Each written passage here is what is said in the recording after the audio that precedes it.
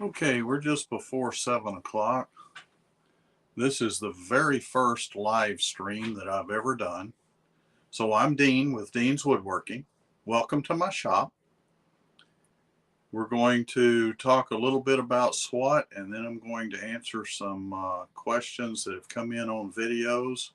The primary reason for this live stream is just to actually make sure that I can make this rig work, and hopefully once we get to SWAT, we can live stream directly from the trade show, share some of the things that are going on there with you folks, and maybe even live stream from the gallery, because there's always some gorgeous turnings there.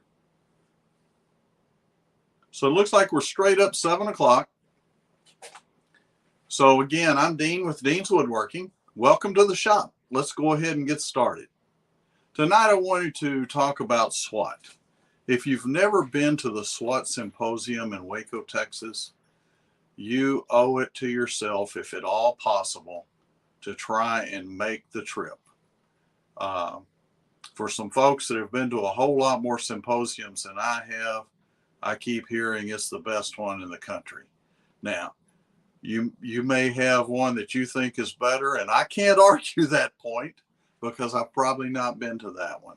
But I will tell you, the SWAT symposium is like going and meeting with a side of your family that you really want to see, okay? So I hope I get to see a lot of you there, and look forward to meeting you. If you see me there, don't be bashful. Come on up, say hello. We'll shake hands and hopefully get to visit a bit. Let's see. It looks like I've got some questions and stuff. Okay. And being my first time, I'm going to be a little clumsy here, but we've got Walt Lumley. Do you use a jig to cut green wood into blanks for spindle or bowls? Actually, I don't. I normally just take and cut my blanks up with a chainsaw and then bring them in and refine them on the bandsaw.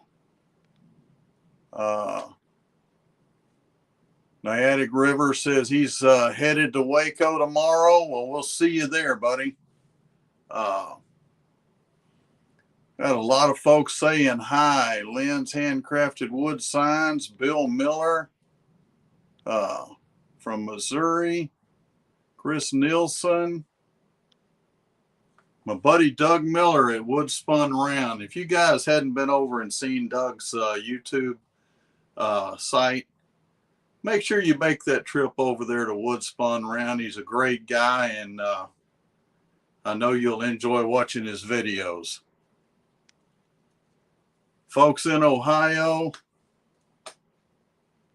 man, I tell you what, I'm honored to have you folks actually get on here and watch me for a few minutes.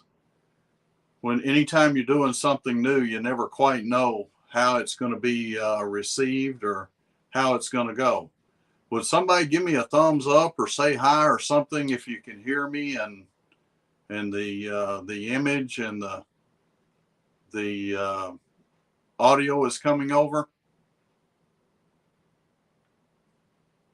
I've been on some of those Zoom calls where somebody's sitting there talking and their lips are moving, but you can't hear a word they're saying. So I'm always a little bit nervous about that. Looks good and sounds good. Thanks, Lynn. Really appreciate that. So again, folks, we're going to be making the trip to SWAT. I can tell you, my wife always kind of guards the credit cards anytime I go out there, because they have a great trade show, and you can pick up wood that, well, let's just say it's not wood you're going to find in your neighborhood, and some good prices on wood. So that's one of the major reasons that I like to go. And then, of course, well, I know none of the rest of you have this problem, but sometimes I'll buy a couple of tools. Could be listed as a tool junkie. I had way more turning tools than I needed years ago, and I keep adding to the collection. So we'll make sure and probably add something else this year, and actually look forward to doing that. The other thing is the educational opportunities out there. Not only are there multiple demonstrations, and I think there's 6 or 8 demonstrations going on at the same time, maybe more. There's 2 Friday morning, couple Friday evening, 2 Saturday morning, couple Saturday evening or afternoon, and a couple Sunday morning. So you have plenty of opportunity to get in demonstrations. And then there's just the camaraderie and the sharing of ideas with turners. I don't think there's you can't get 2 turners together without somebody learning something, okay? Because we all do things just a little bit different. Do many of the vendors ship? So yes, as I understand it, they do. For myself, I'm always driving out in the truck so I can bring my stuff back. But yes, I do know that some of the vendors, in fact, probably most of the vendors will ship. One of those things, just ask them, and I'm sure they will work with you on that. So not being local, and I don't know how they would feel about you dragging a big old burl into an airplane, but probably not. Probably wouldn't be well received, okay? The other thing is, man, the food out there they feed you, do not think you're going to go out to SWAT and lose weight. I'll just tell you that right now. It's probably not going to happen. And be prepared to meet friends that you will have from now on. And I can tell you, years ago, I met this guy out there, and his wife, he called management. Some of you already know who I'm talking about. But I think that was the first trip I ever made to SWAT, and I thought Captain Eddie was just, I mean, there was nobody any finer. And I was able to meet him and sit down and have dinner with him, and I left feeling the same way as I did when I got there. There was nobody any finer. So you never know who you're going to meet or who's going to be your new friend when you leave there. But it's something that I would encourage everybody.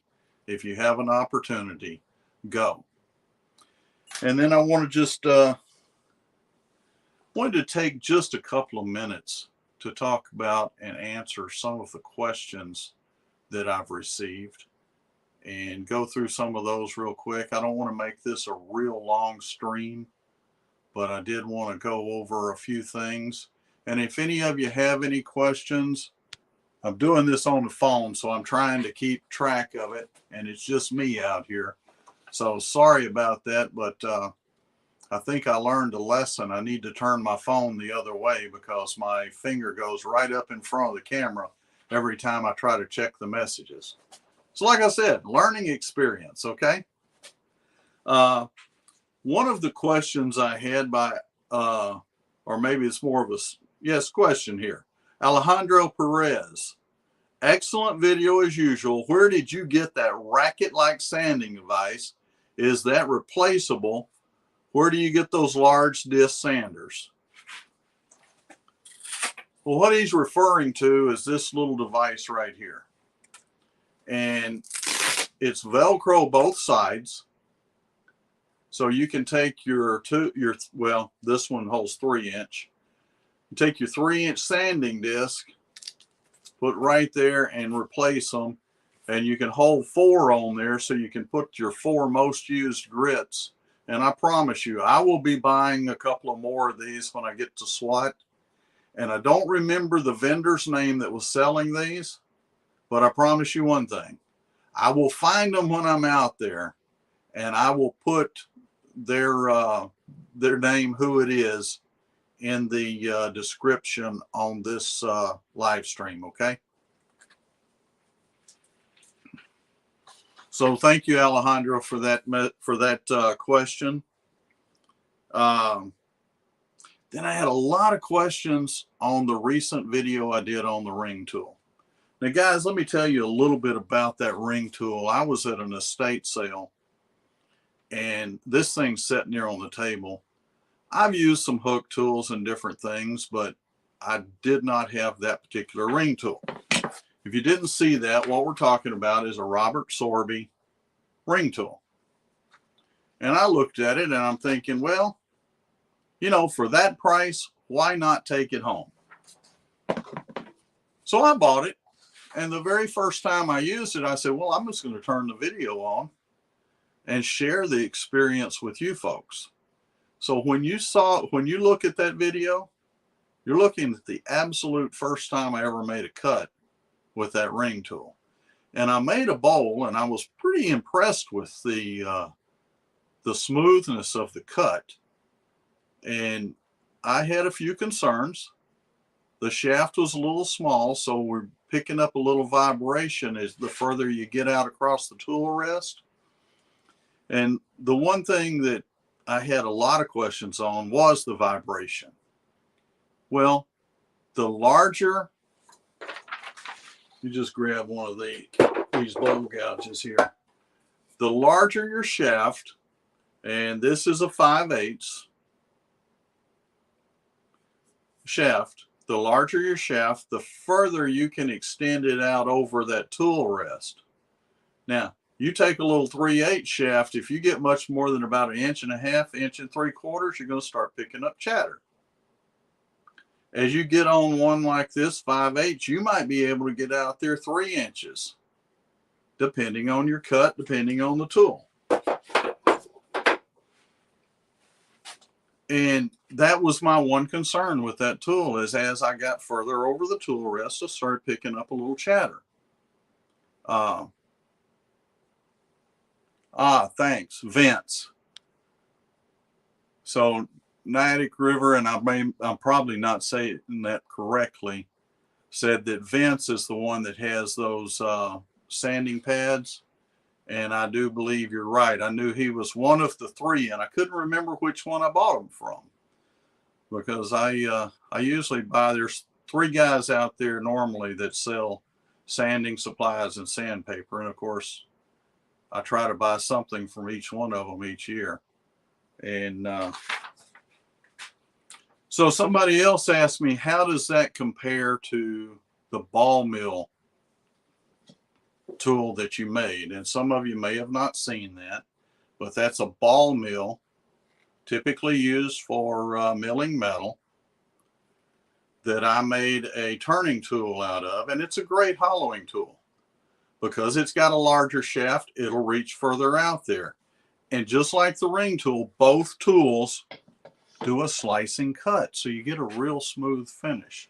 Most of your hollowing tools are more of a scraper or a carbide that don't give you quite as smooth a finish. And sometimes that's important, sometimes it's not.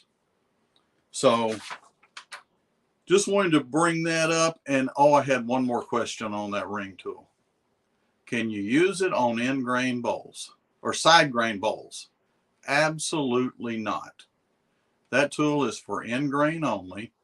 As a matter of fact, this week there was a post on Facebook where some guy tried to use it on a side grain bowl, and he ripped the ring right off the front of the shaft. So just bear in mind, that is strictly for end grain turning.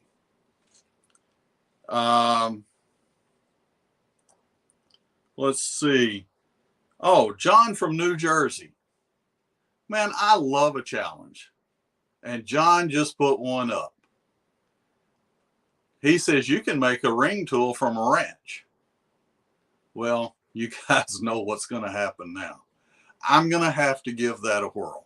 I'll wait until after I get back from SWAT, and it may not be in the next week or two. But at some point, that is on my list. And I'm going to have to give that a try. Let's see. We've got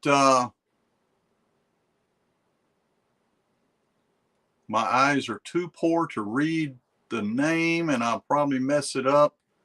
But checking in, how's everything going today? Man, if I was any better, there'd be two of me. Thank you for asking. No, the wife and I are doing well. We're very fortunate and very blessed. So, yes, thank you for asking. Mr. Jimmy Lee writes in and says, that's a cool project. I've got a few different types of wood from pallets, but never anything this nice. Now, Jimmy's talking about the cap to the bottle, the lid to the bottle I made for my wife. And I was quite shocked on that too, because I bought what I was told was probably walnut from a guy, and he had got this from pallets. Well, I kept, it was awfully heavy to be walnut, but on the outside with the aging and everything, before I started taking any wood off of it, it really looked like walnut. Well, if you've seen that video, as I turned it away, we've got a beautiful red wood in the middle. It's obviously an exotic wood.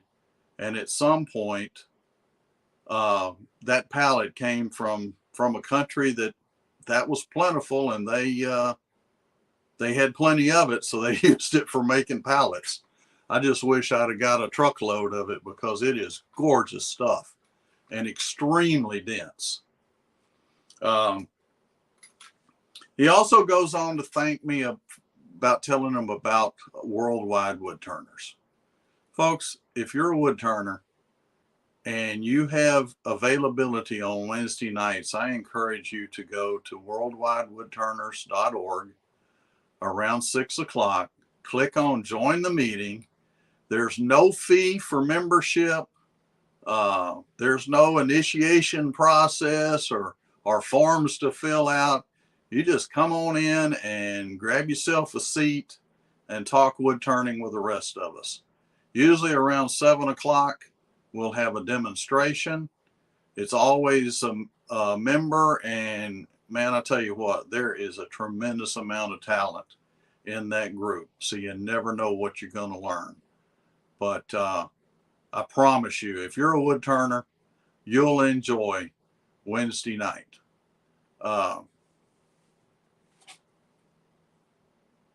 Somebody, Mr. Miller, wanted to know, did I do an update on my respirator breathing air supply? Boy, this thing is a little dusty right now. One of the things that I did, and some of you that have seen the videos with the cape hanging down, that always scared me to death. The beautiful thing about it was that you didn't have to worry about shavings getting down your shirt, but you had this cloth hanging down. So one of my viewers told me about this piece that will fit this helmet, so I ordered it and replaced it. I feel a whole lot safer there with that. And as far as the apparatus that I put together to supply the air, Bill, that thing is working fantastic. It supplies plenty of air, so it's comfortable. It's in a HEPA filter that's supplying the air, and it sits over to my left. It makes hardly any noise at all. As a matter of fact, I just turned it on, and you may hear a slight buzz in the background. I don't know if this microphone will pick it up or not, but it's not much. And so with the old trend on my head, it just kind of rattled the walls when it was running. Not that I didn't like it. It was a great respirator, and I would recommend anybody to buy one. But for the videos, it really was a problem with the sound.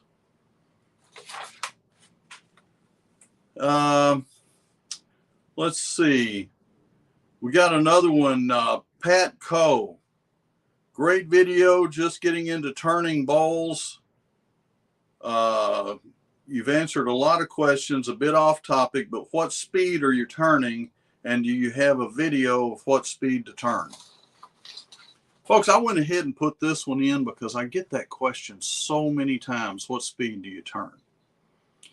I'm sitting here with a one-way 2436 in front of me. I don't say that to brag. I didn't buy it brand new, and I got a heck of a deal on it. So, I was going to buy a Powermatic. I paid the same price for this as I would have paid for the Powermatic. So, just got a super deal.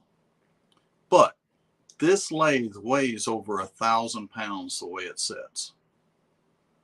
If I turn up the speed on something that's a little off balance and say I'm turning at 1,800 or 2,000 RPMs, and you've got a little lightweight Jet Mini, and you try to turn at half that, that thing's going to walk all over the room. Now, why do I say that? Because it's virtually impossible to tell somebody what speed to turn. There's a couple of rules, and I think one of them is you take the diameter of your bowl times the speed, and it should be somewhere between 6,000 and 9,000. Well, that's probably a good starting point. But then again, if you've got a super lightweight lathe, that might not be a working speed for you. And if you've got a heavier lathe, you may be able to turn a little bit faster than that. So I always feel a little bit bad when somebody asks me that and I give them an answer, and it's almost like you're not really answering their question. So I want to apologize to everybody that's asked that question, because I really don't have a good answer for you, for your lathe, in your situation with the particular piece of wood you have on that lathe right now.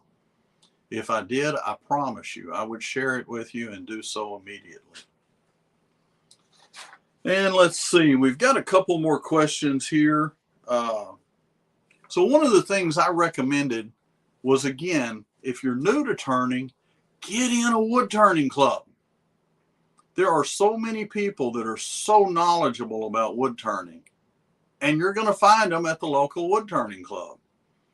Well, I've had people send back, go, there are no local clubs near me. The closest one is 20 miles away. Guys, the wood turning club I go to once a month on a Saturday morning, and I'm there at 8 o'clock, is 48 miles from my house. But I promise you, I have gotten more out of that than I could ever give back. There's not a time that I go there that I don't learn something from somebody, either the demonstrator or just standing around talking to other turners. So if you don't have a club that's a distance that you can travel, and some of you, maybe there's a safety reason. Some clubs meet at night. Maybe you don't drive at night. I understand all that. Join us up on the worldwidewoodturners.org, and at least you get to talk to turners, and if you've got an issue, ask a question. I promise you, if you ask a question, there'll be at least 10 or 12 folks that'll have an answer, and they're super excited to be able to share it with you, okay? And then let's see, we've got a couple of more here that I really wanted to share. This one from Jack Morgan, and I'm going to take just a second to read this because, well, sometimes things just kind of take us back to our childhood, and this is one of them. Dean, my dad used to make wood whistles when I was a kid.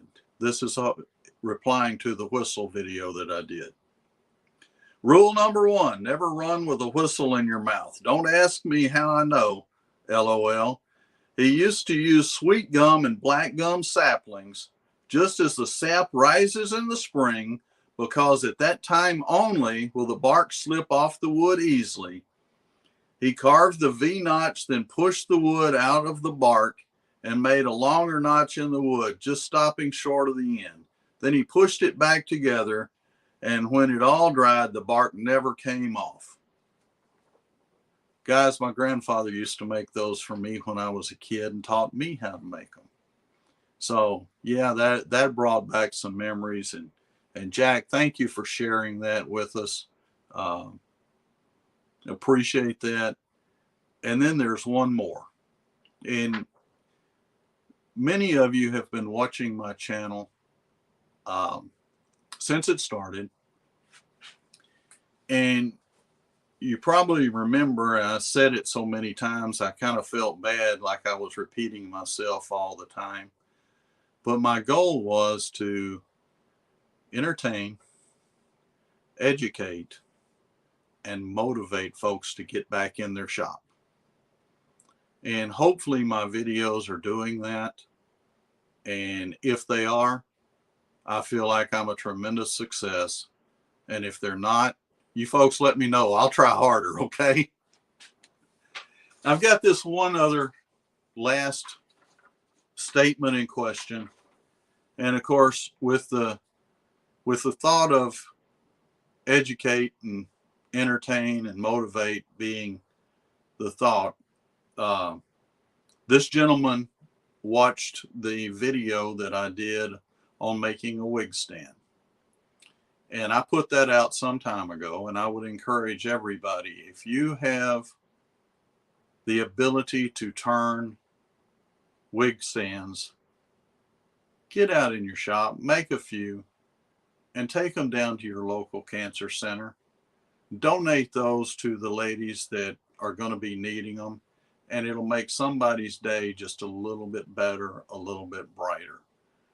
There's not a lot we can do for those folks except keep them in our prayers, and the wig stand may help them out just a little bit.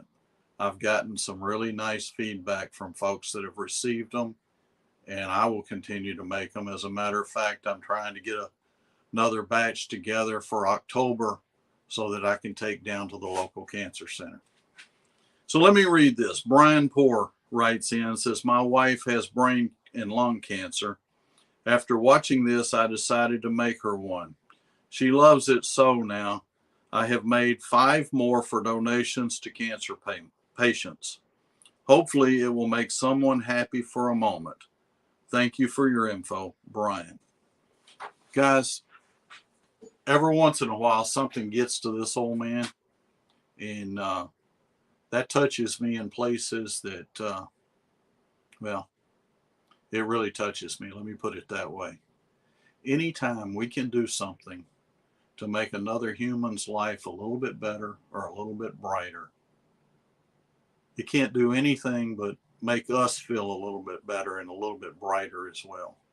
So I would encourage you, again, if you have the time and the ability, get out in your shop, make some wig stands, and donate them to some cancer patients, and hopefully that will brighten their day just a little bit. I've got some more comments here. Ronald Todd said, speed is determined as to what is safe. Ronald, I couldn't say that better myself. If it feels uncomfortable, slow it down. We're not in a hurry. There may be some professional turners out there that depend on turning for a living, but for the most of us, it's a hobby. It's a time to relax and have fun. And when else do we get to make a mess as bad as we do wood turning, and nobody gives us a hard time about it, right?